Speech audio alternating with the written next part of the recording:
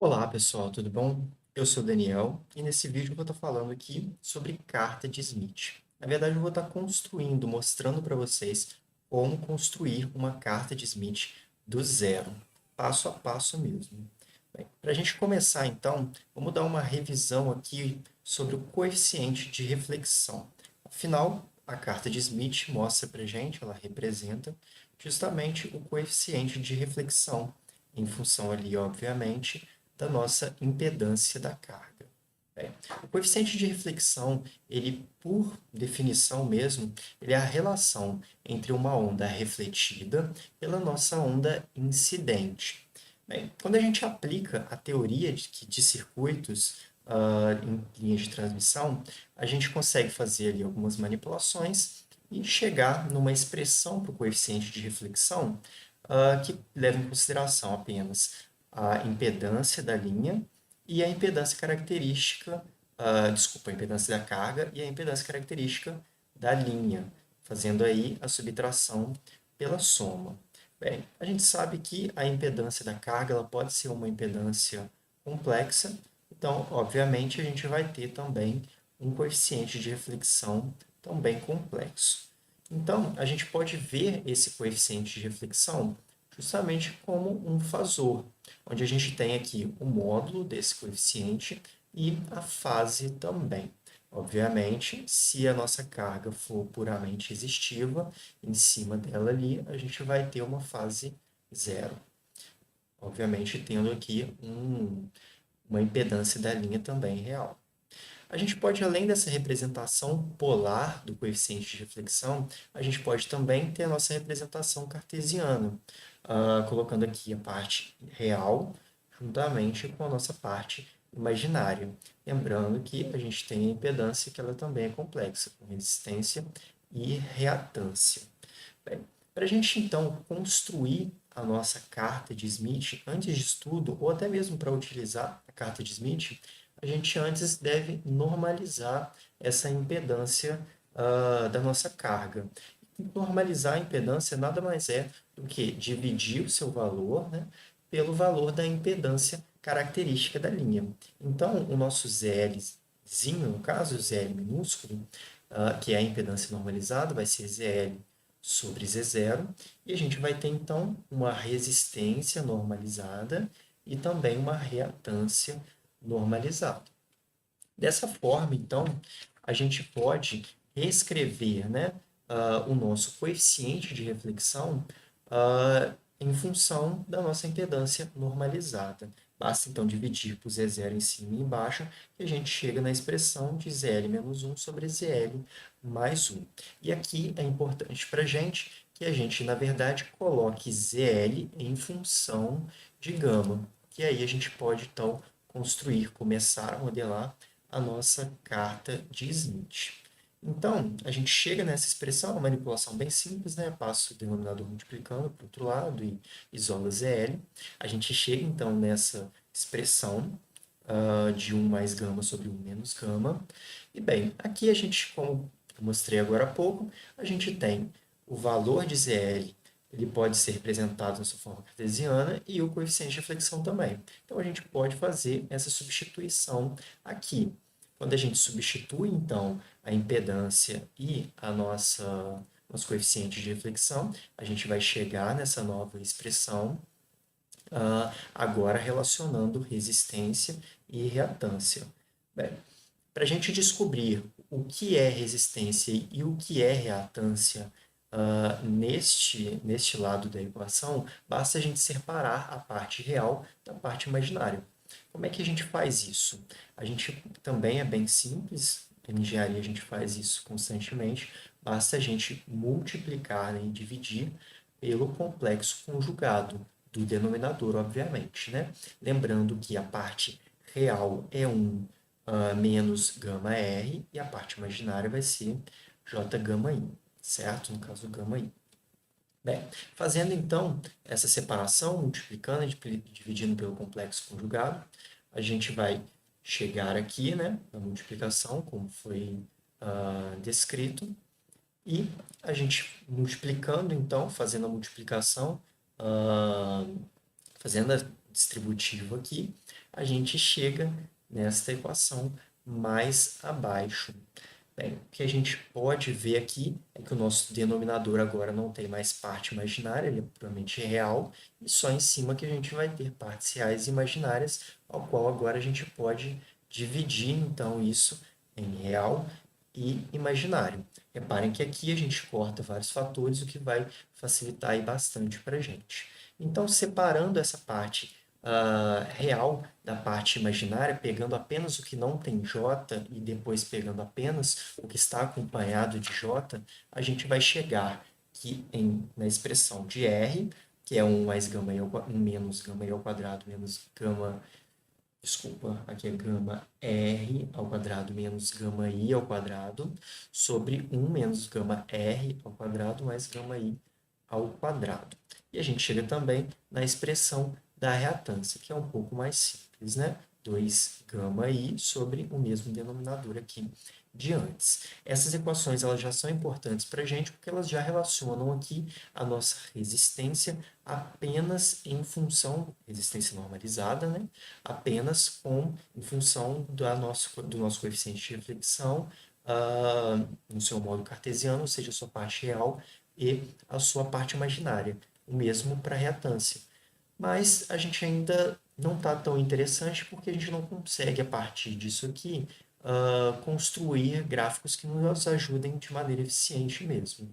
E o que foi feito, o que foi desenvolvido, é justamente chegar em equações da circunferência através dessa equação aqui inicial.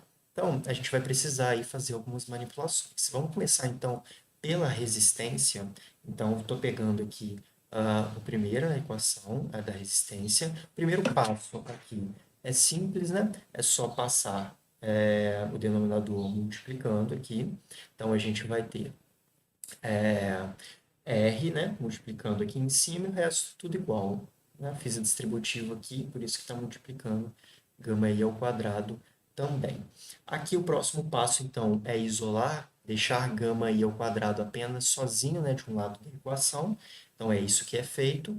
Como tem 2 aqui, né, esse cara ele passa para o lado de cá, a gente vai ter gama ao quadrado multiplicando 1 mais r, já que foi colocado em evidência.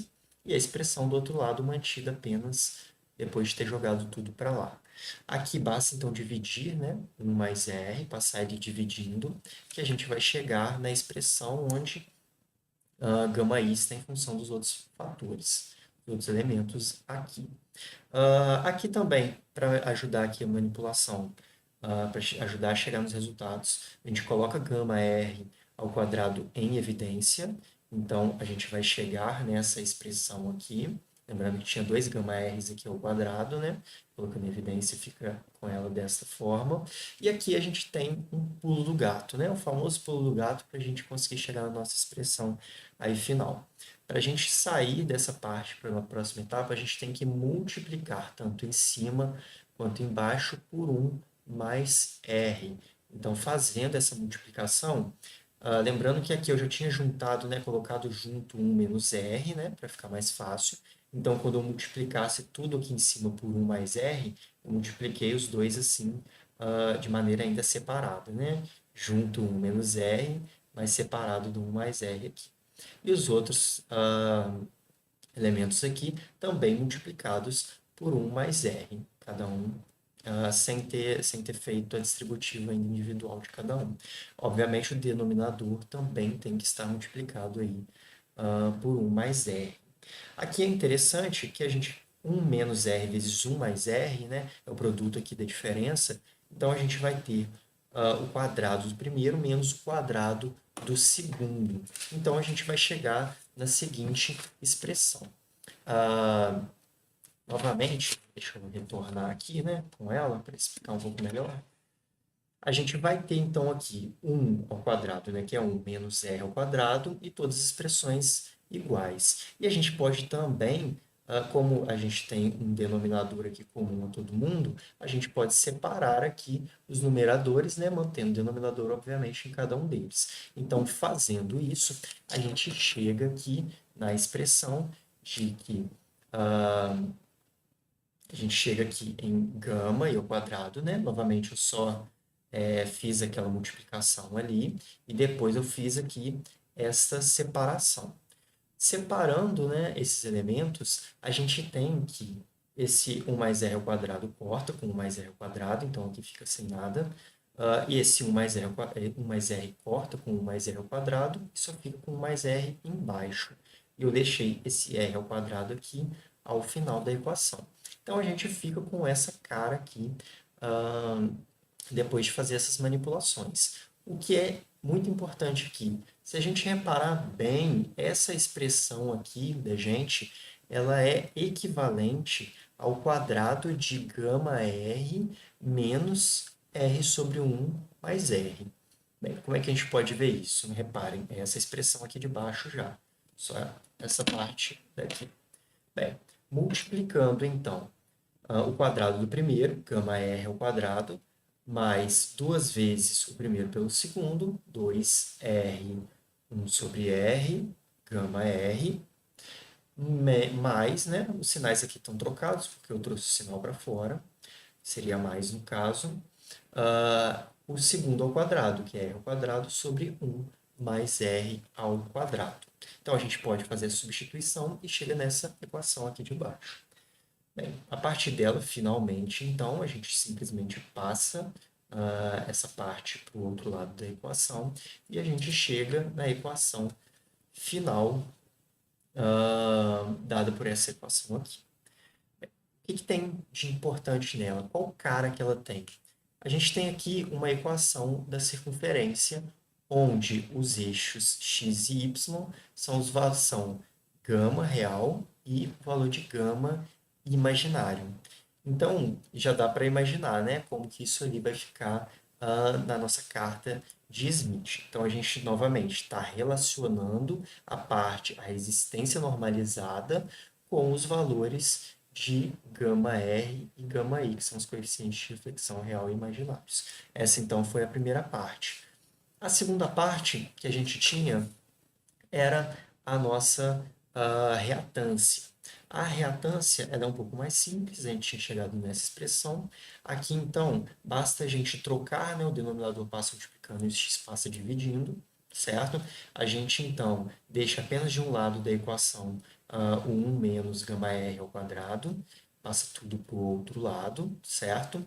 Até então, nada foi feito aqui, mas o que é interessante aqui é que a gente pode fazer, utilizar uma ferramenta que se chama completar quadrados. O que seria completar quadrados? Bem, a gente pode adicionar aqui um elemento a mais para a gente, de forma que a gente tenha aqui uma expressão equivalente, né, ao quadrado de uma soma.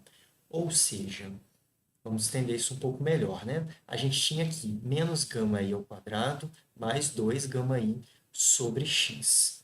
Bem, se a gente tivesse, vamos pensar que a gente tivesse gama i como um número e a gente tivesse um a como outro número, fazendo gama i mais a, isso tudo ao quadrado. O que isso daria para a gente? Gama i ao quadrado mais 2 gama a mais 2 gama a, no caso menos, né, se for gama menos a ao quadrado, né, menos 2 gama a, mais a ao quadrado. Então, o que a gente tem aqui? A gente tem o gama i ao quadrado, a gente tem o 2 gama i junto com o outro fator e falta o nosso próximo elemento, que seria o que aqui para a gente? Seria o 1 sobre x. Por quê? Se a gente fizer gama i menos 1 sobre x, isso tudo ao quadrado, a gente teria gama i ao quadrado menos 2 gama i sobre x mais 1 sobre x ao quadrado. Então, a gente vai somar nessa expressão. Somar, na verdade, a gente vai colocar aqui subtrair, né? 1 menos x ao quadrado, mas já que a gente está somando, a gente tem que subtrair. Já que a gente está, desculpa, já que a gente está subtraindo, a gente tem que somá-lo também novamente, para manter a equação igual antes. Então, isso daqui é equivalente a gama i menos 1 sobre x ao quadrado, o nosso 1 sobre x ao quadrado aqui sobrando. Vamos deixar passar, né, para o outro lado aqui o que está, os que a gente tem valor de gama, tudo para um lado, e deixar o que seria o nosso raio aqui isolado no segundo lado da equação. Também é interessante notar que 1 menos gama r é a mesma coisa que a gente dizer gama r menos gama r ao quadrado, é o mesmo que a gente colocar gama r menos 1 ao quadrado. Não faz diferença aqui para a gente. Então, a gente substitui isso, né, de lado para formalmente ficar melhor. Passa isso aqui para o outro lado, fica dessa forma, que aqui é gama, né? E a gente chega nessa expressão, que é a equação da circunferência, aqui no caso, porém, agora, levando em consideração a nossa reatância, certo? Então, aqui a gente já pode perceber que as circunferências para reatância, elas vão ficar aqui com o centradas, né? Sempre com o ponto central aqui no eixo x, né? No eixo real, na verdade, em 1, e o que vai variar aqui é o nosso eixo imaginário, certo? Bem, para a gente entender um pouco melhor isso, como que fazer esse desenho, né? Como que vão ficar as circunferências, eu vou abrir aqui com vocês uma ferramenta. Essa ferramenta aqui é o GeoGebra Classic, né? Que é para a gente montar aqui as nossas circunferências. Eu já montei as circunferências, as equações, eu já escrevi as equações delas aqui. E primeiro, antes de tudo, eu vou colocar aqui as referentes à nossa resistência normalizada. Então, eu vou ter aqui a nossa equação. Reparem que ela está aqui, ela é uma circunferência, né? Onde o raio dela, a posição do raio dela no eixo real é r sobre 1 mais r, vindo da expressão que a gente construiu, e y centrado ali sempre em zero mesmo. Então, escrevendo isso, a gente consegue variar o valor aqui de r, né? Aqui a gente pode ver para r igual a 5, r normalizado igual a 5, e assim que a gente vai reduzindo aqui esse valor, essa circunferência ela vai aumentando o raio dela, sendo que ela ainda continua aqui, o limite dela aqui, lateral aqui, continua em 1. Quando r igual a zero, a gente vai ter uma circunferência com raio igual a 1, ou seja, o módulo do coeficiente de reflexão aqui, que é justamente o nosso raio, ele vai ser igual a 1. E à medida que a gente leva R para infinito, a gente vai ter um raio aqui tendendo a zero, mas a distância aqui até o ponto que a gente vai ter vai tender a 1, que é o coeficiente de reflexão máximo novamente, né? Pelo menos o seu módulo. Bem, de maneira similar, a gente constrói o nosso coeficiente para nossa carta para a parte da reatância. Vou colocar aqui o seu valor positivo primeiro aqui. Eu iniciei, aqui está aparecendo J, mas é porque se eu colocasse X e for um pouco, talvez não desse certo. Mas esse J representa o nosso X. Então, quando o X, que é a reatância normalizada, for igual a 5, a gente vai ter essa circunferência, e à medida que a gente vai reduzindo o valor da reatância, a gente vai aumentando, aumentando, aumentando esse raio, e quando a gente tem uma reatância próxima aqui a zero, a gente vai ter um valor bem alto, um raio infinito, né? O que significa o raio infinito? Significa que a gente vai ter aqui a nossa reatância toda sobre o eixo de... a nossa reatância vai ser sempre zero aqui no caso, né? Ela vai ficar sobre o nosso eixo real, o que faz sentido, né? Quando a reatância for zero, a gente vai ter aqui um valor de impedância puramente resistivo. Bem, então, aqui, se a gente passar para um valor negativo, essa circunferência ela vem para baixo, certo? Aqui vai ficar um pouco travando por causa da gravação, mas a ideia é mostrar como que essa variação vai ocorrer.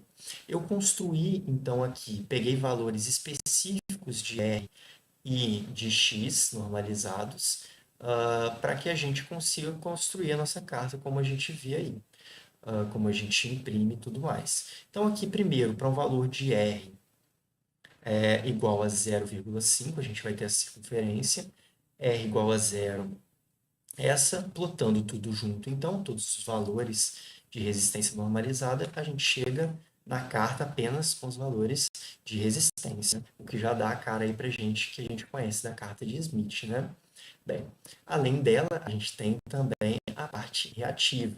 Então, aqui colocando alguns valores fixados também de x, né, de reatância, menos 0,2, menos 1, menos 2 e menos 5, também 0,2, 1, 2 e 5, a gente constrói aqui, enfim, a nossa carta de Smith. É legal a gente reparar que, enquanto a parte real ela fica aqui dentro desse nossa circunferência de raio unitário, a nossa parte reativa ela não fica, né? Ela extrapola aqui os lados, extrapola esse raio aí unitário.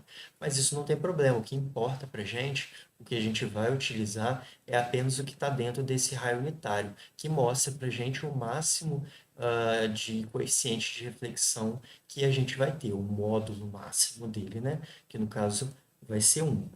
Bem, então, por isso que a carta de Smith mesmo, a gente não vê tudo que está aqui por fora dela. Mas caso você vá construir, lembre-se que vai existir aqui essas curvas para fora. E assim a gente chega então na nossa carta de Smith. A gente pode tirar aqui os eixos para ficar às vezes um pouco melhor de ver. Aqui então a carta de Smith que a gente tem, ela não possui aqui os eixos, né? O eixo cartesiano nosso, né? Aqui com o eixo cartesiano é interessante que a gente pode perceber isso justamente, né? Que esses valores eles são relativos à reflexão que está ocorrendo ali entre a impedância devido, né, à impedância da carga e a impedância característica. Então, se a gente pegar aqui um valor aqui real de resistência normalizada e reatância normalizada da carga, isso vai gerar para a gente aqui um módulo de coeficiente de reflexão e uma fase também aqui, né? Se a gente considerar aqui que a gente está fazendo a análise fasorial, ou a gente pode analisar isso cartesianamente também, né? De forma cartesiana. Bem, basicamente é isso. Assim é que a gente constrói a carta de Smith, é assim que ela é construída. Qualquer dúvida que vocês tiverem, fiquem à vontade aí para deixar aí nos comentários. Podem mandar e-mail também. Se você gostou do vídeo, não deixe de curtir também, que isso me ajuda bastante. E até o próximo vídeo. Muito obrigado.